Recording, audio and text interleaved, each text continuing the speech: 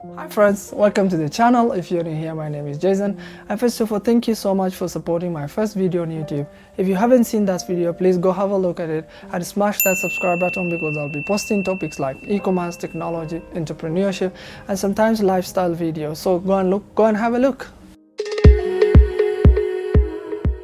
As the topic of the video suggests, today I'm going to talk about 3 quotes that have significantly changed my life and it plays a major role in my decision makings. Some came from the people I have met in my life at a certain point, others came from the book that I have read over the years, and of course a short story as to why this quote is very significant and it keeps on popping in my life in everyday decisions that I make. So let's look at them one by one.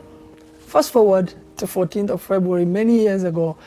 We were admitted to this prestigious school where presidents, vice president, ministers were alumni of this school. And this school, of course, had status in the country. And so by the virtue that we were admitted to the school with this guy, we ended up becoming friends by default. And of course, ended up becoming a decament. So in high school, there's this decament where actually having a bed you share with someone is sleeping on top, others is sleeping down. So you ended up becoming a decament, and then it happens that, I don't know, is it by default or by nature that these beds actually don't have the staircase where somebody climbs that staircase and go on the top of the bed. So what happened is, unless you have finished your day's business, you have to stay on the ground rather than going up on your bed. So by default, the meeting place or the sitting place will be in your decament's bed. And then now we got to have some stories with a friend. And so my friend here will keep on telling me stories like, oh, you know what, the school is just so bad. We are like in a prison. Of course, our parents don't love us and such stories. Of course, I'll gladly accept that because I was dumb and stupid at that time. And my friend keeps on repeating this story. But unfortunately, during that first orientation time in school, what happened is there's nothing much going on. You're just basically being taught the school rules, the other places that around the school and such. And of course, there is one teacher that I remember. Everyone in the school was afraid of him. I don't want to mention his name, by the way, but of course, he was being afraid by anybody in the school. And he kept on shouting at the top of his voice and says, you know what? He keeps on shouting this particular quote in his very native Kikuyu accent, and he keeps on saying, you better suffer the pain of discipline than suffer the pain of regret. So what happened is I couldn't get hold of him because of his heavy Kikuyu accent, and so I keep on just figuring out, but after he repeated over the time, I just completed the dot and I realized he was saying, you better suffer the pain of discipline than suffer the pain of regret. But it didn't hit me hard that day. But what happened is I just had a very, rough idea of discipline. Discipline to me that day was like just not doing the bad stuff and then pleasing your teachers and something like that. But then that was what I refer to. You just have a skeleton of discipline, but it doesn't have a muscle. So it's just useless. A skeleton without muscle is useless because you can't move and of course muscles help with metabolism and such stuff. So I just had a skeleton of discipline. And then conversations continued as usual, like, this is prison and all other bunch of garbage that we used to talk about. And then on this fateful day, my friend around 4 p.m. went around the school and came back with the news that, you know what, I have found out a very porous place in the fence that we can be able to skip out and hopefully become a free man, as we have alleged at that time, because in the school we assume we were prisoners and so on and so forth. So at around 6 p.m., he came at 4 p.m. and around 6 p.m. I was out like with the rest of the students went for dinner. And so it was 2 of us, and the time has really come that we have to escape from the school and go home and become free men. So now it's almost getting dark around 6:30. We walked around the school and then we identified the place we are going to escape at that point.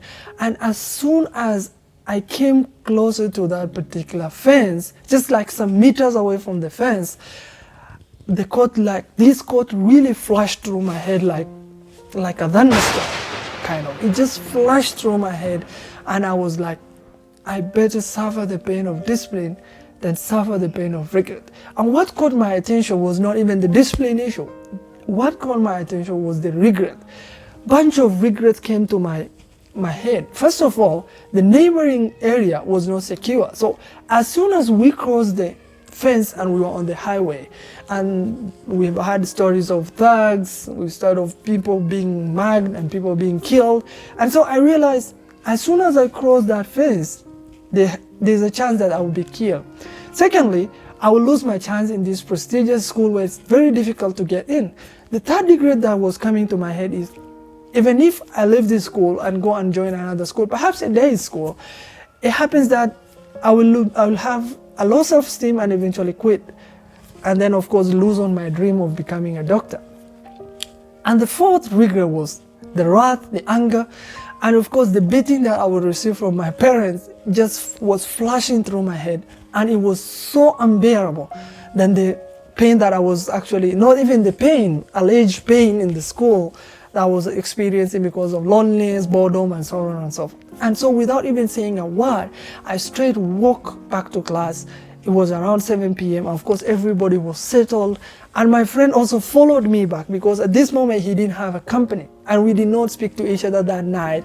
And everybody went to sleep. And over the couple of weeks, I kept on thinking about this one particular quote that has really significantly affected that decision that I made at that moment. And of course, it just saved my career and of course, eventually like making me somebody useful in the society, because as at that moment, what I was seeing was, if I was not going to school, I am useless in the society. So that particular quote really, really helped me. And we ended up graduating from that school with the best grade we got, pursued our different careers. And my friend now is a big businessman in this country. Shout out to Jay, you're amazing. And of course, yeah, that is the quote that actually really played a very major role at that particular point. I don't know if that quote is actually captured somewhere in the book or is just a saying from that particular teacher. And of course, I really want to appreciate that particular teacher for saying those words. And it has really helped me in one way or another. And up to date, I'm using that particular quote in making decisions that I made in life. Just when I look at the regrets that I'm going to have if I'm not done that particular stuff. So that is really, really interesting to me. And I hope you guys also maybe start to reminisce and think about that particular quote. Yeah, so let's go to the next one. The other quote that I would like to talk about today is a quote from the book called Anything You Want by Derek Sivers. A short background on Derek Sivers. Derek Sivers is this professional musician rather, who ended up starting his own website. Initially wanted to sell his own CD, but ended up selling many other people's CD. And so he grew this business called CD Baby to a multi-million-dollar company. And after growing it for 10 years, he eventually sold it for $22 million. And in this book, he talks about how he started his business, the challenges that he has met on the way. But on the flip side, he talks about how many people start business and run their business that they do not enjoy, or rather they are in need for just making money. So what he's just trying to say in the book, it was like, never chase just growth, the ROI, the profits, and so on and so forth. Let you running the business has some other significant values in it. So like helping people and so on, and impacting some knowledge, just like the way he said in the book that there's money in the book, there's money in the bank, he's helping his friends, and so on and so forth. And this one particular quote really, really resonated with me well in this book. And that quote goes like, when he says, never forget why you're really doing what you're doing. Are you helping people? Are they happy? Are you happy? Are you profitable? Isn't that enough? And that quote really stuck with me for as long as I remember. Anytime I want to do something, anytime I want to do stuff, I'll just keep on asking myself these 4 or 5 questions. Why am I doing this? Am I happy? Am I making people happy? Am I profitable? Isn't that enough? And I infinitely feel happy, better, and calm at that moment. So go and check this book. It's called Anything You Want by Derek Sivers. It's just a 40-minute small book that you can read within just 40 minutes, and then you get immense knowledge. It talks about 40 lessons for any kind of entrepreneurs. It doesn't matter you're an entrepreneur or you're not an entrepreneur. It has an immense knowledge that you can get from this book. And even for this YouTube channel, the decision process that I involved was like, why am I doing this? The question that I asked. And when I got the answer, I moved to the next question. Am I happy? am I making people happy? So hopefully you guys are happy to get knowledge, the little knowledge that I have. And the next question, am I profitable? I might not be profitable today, but after some time, maybe I get YouTube revenue, but that is not the only point. The issue is like this process of, am I happy? Am I making people happy? Am I profitable?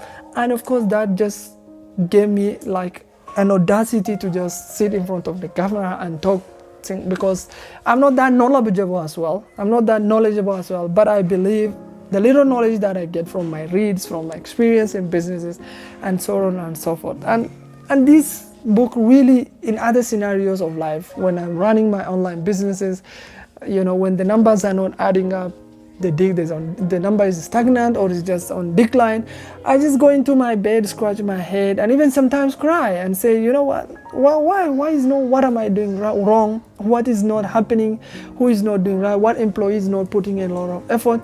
And then when I come across this particular quote in this blog post, I will link down in the description below, it just really took off 100% heavy weight on my shoulders, and I just refer back to it and I feel immensely amazing, calm, and then yeah, that's it. So this topic, this quote is really vital in my life. So go have a look at that book and you will enjoy it definitely. So let's go to the next one.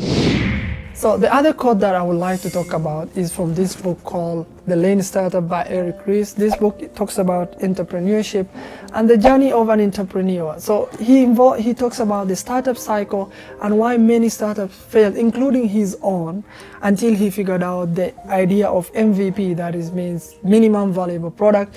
He talks about where he started developing a product and putting in a lot of money, a lot of effort, a lot of hours. And then when he put that product in the market never responded. And so he ended up giving up on that particular product. And then now he goes ahead and talks about the idea of build, measure, and learn. So you build a product and then put it out in the market in its minimum valuable products stage, and you get to learn a lot of things. Either you pivot or you persevere, and of course you learn a lot of stuff.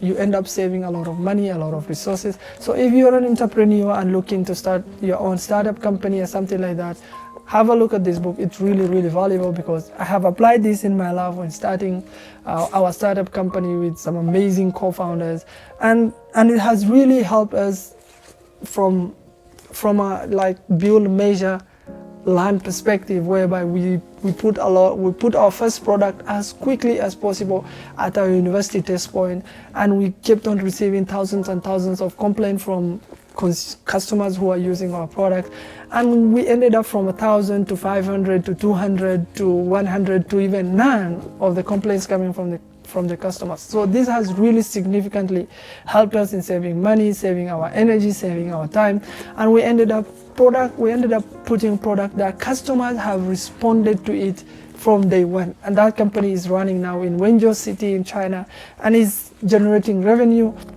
And so if you're an entrepreneur and looking forward to starting your own, please go have a look at this book by Eric Ries, The Lean Startup. I'm sure it's going to help you in one way or another. And finally, thank you so much for watching this video. I really appreciate your support, and of course subscribe, like, and comment on this video, and share your comment in the comment section, the topics that you would like me to address as well. I'll definitely will be honored to talk about them. And yeah, enjoy your time and see you in the next video.